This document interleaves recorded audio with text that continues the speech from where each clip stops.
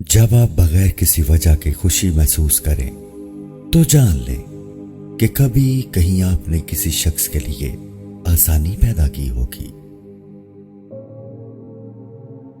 اپنی انا کو قابو میں رکھو۔ اگر تم ہر روز کسی نئے شخص کے ساتھ جھگڑے میں الجھنا نہیں چاہتے، اگر پہاڑ آپ کو سخت لہجے میں جواب دے تو یہ مت سوچیں کہ آپ نے خوش اخلاقی سے کچھ کہا ہوگا، ایسا ناممکن ہے۔ اگر آپ نے کبھی مصائب اور تکالیف کا سامنا نہیں کیا تو آپ کو خوشی اور سکون کی مٹھاس کا اندازہ کیسے ہوگا؟ جب آپ نے گلاب کے پھولوں کے باغ کو ایک باغبان کے سپرد کیا اور بعد میں اس باغ سے ناگوار بدبو آنے لگے تو آپ کسے الزام دیں گے، باغ کو یا باغبان کو؟ اگر ایک دم سے اپنا دل بوجھل لگنے لگے تو اس کی وجہ یہی ہے کہ آپ نے زندگی میں کہیں نہ کہیں کسی کو تکلیف پہنچائی ہوگی۔ اگر لوگوں کی حقیقت کو پہچاننا چاہتے ہو تو ان کے ساتھ گفتگو کرو، ان کے الفاظ سے ہی تم جان سکو گے کہ وہ اصل میں کیا ہے۔ سورج کے غروب ہونے سے روشنی مدھم پڑ جاتی ہے، لیکن اگر آپ روشنی کا بغیر نہیں جینا چاہتے تو آپ کو خود سورج بننا ہوگا۔ انسان بنیادی طور پر اپنے خیالات کا نتیجہ ہوتا ہے، باقی تو محض گوشت اور ہڈیاں ہی ہیں۔ الفاظ کچھ بھی نہیں ہے، لوگ اس کی جانب مائل ہوتے ہیں جو آپ کے دل میں ہے۔ دانائی اسی میں ہے کہ رازوں کو دماغ میں محفوظ رکھا جائے، ورنہ دماغ کے موجود ہونے کا کیا مقصد ہے؟ دوسروں کے لیے بھلائی کرنا اور جہاں تعریف کی ضرورت ہو وہاں تعریف کرنا آپ کے لیے مثبت نتائج کا سبب بنے گا۔ اپنے آپ کو اللہ سبحانہ و تعالیٰ کے حوالے کر کے تمام خطرات سے خود کو محفوظ تصور کرو، کیونکہ کسی کی بھی جائز دعا کبھی انسنی نہیں کی گئی۔ جب تم کسی کام کے آغاز میں جلد بازی سے کام لو تو تمہارا کام ادھورا رہے گا اور نتیجہ بھی درست نہیں نکلے گا۔ یاد رکھیں کہ کسی شے کے حصول کی دعا کرتے وقت یہ مت سوچیں کہ وہ چیز آپ کو جلد مل جائے، کیونکہ ہم بہت سی چیزوں کی تمنا رکھتے ہیں، ان میں سے سب ہمارے لیے فائدہ مند نہیں ہوتی، بلکہ اکثر تو ہمارے لیے بربادی کا سبب بنتی ہیں۔ ضروری نہیں کہ پھانسی کے تمام تختے لکڑی کے ہی بنے ہوں، عہدہ، مرتبہ اور دولت بھی پھانسی کے تحفے ثابت ہو سکتے ہیں۔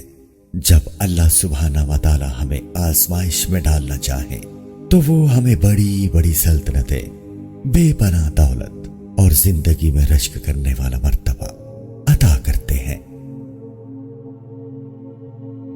رات کا دورانیہ طویل ہوتا ہے، یہی وہ وقت ہے جب کسی سے خوف زدہ ہوئے بغیر ہم اپنے خالق و مالک کے ساتھ راز و نیاز کی گفتگو کر سکتے ہیں۔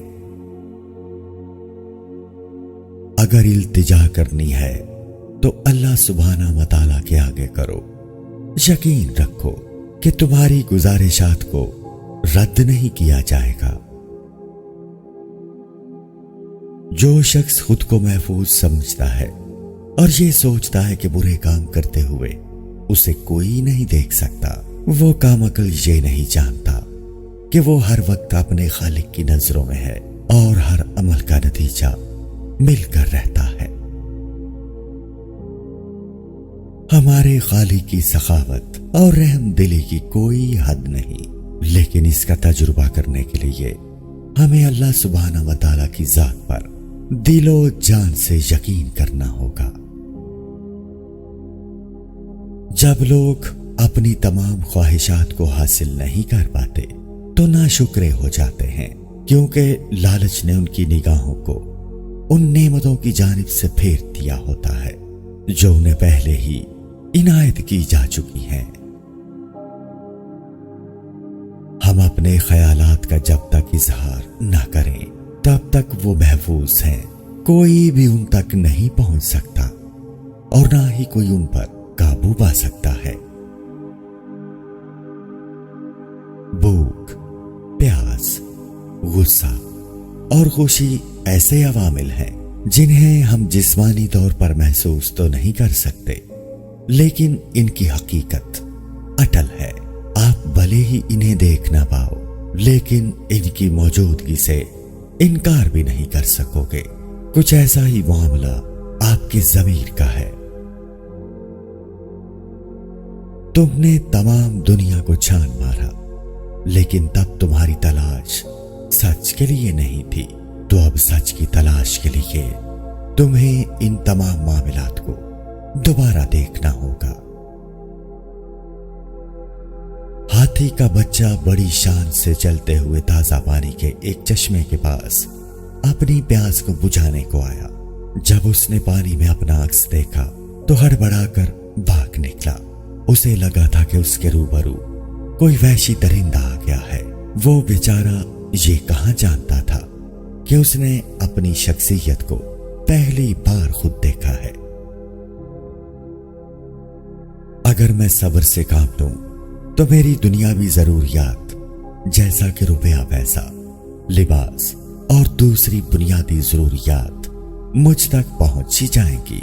جب میں ان کے پیچھے جاتا ہوں تو زندگی جہنم کی مانند محسوس ہوتی ہے اور میری ذات کہیں پیچھے رہ جاتی ہے۔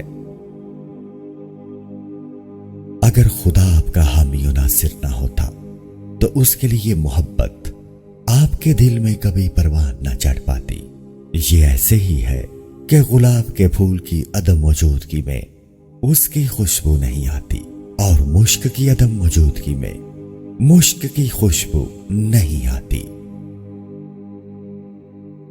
جب تک معاملات میں مداخلت کرنے والی اس انا کا معمولی سا اثر بھی باقی ہو تو اپنے محبوب اللہ سبحانہ و تعالیٰ کے ساتھ ملاقات کے بارے میں سوچنا بھی مت۔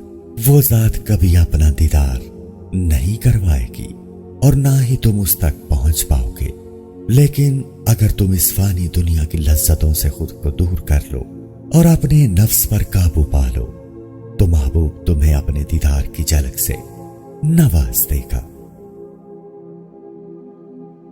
جب ہم دوسروں کے لیے اچھا سوچنے کی عادت ڈال لیں تو ہم ایک ایسے شخص کی مانند زندگی گزارنے لگتے ہیں جو اپنے گھر کے ارد گرد پھولوں کے خوبصورت پودے لگاتا ہے۔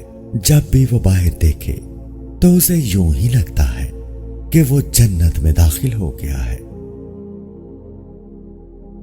محبوب کو دل کا سکون کہا جاتا ہے، جانتے ہو کیوں؟ کیونکہ دل کو اللہ سبحانہ و تعالیٰ کی یاد کے سوا کہیں بھی سکون نہیں ملتا۔ اپنے اندر موجود روشنی تک پہنچنے کے لیے ہمیں کامل یقین کے ساتھ اپنی بیتابی سے چھٹکارا حاصل کرنا ہوگا، اور جب اس روشنی کو ایک بار دیکھ لیا تو پھر اس دنیا کے معاملات ہمارے سامنے مدم ہوتے چلے جاتے ہیں۔ اگر ہم سمندر کو محض گورتے رہیں تو ہم کبھی بھی موتی تلاش نہیں کر سکتے۔ ایک تجربہ کار غوطہ خور کی محنت درکار ہوتی ہے جو کہ سمندر کی گہرائی میں جا کر قیمتی موتیوں کو تلاش کرے۔ خوشی کی چھوٹی سی رمق کو پانے کے لیے ہمیں بڑی بڑی آزمائشوں سے گزرنا پڑتا ہے۔ ہم اس بات سے بے خبر رہتے ہیں کہ ہمیں خدا کے کرم کی محض ایک نگاہ کی ضرورت ہے۔ اپنے پاس عظیم الشان صفات ہونے کے باوجود حضرت محمد صلی اللہ علیہ وآلہ وسلم تواضع کی اہمیت سے بخوبی واقف تھے۔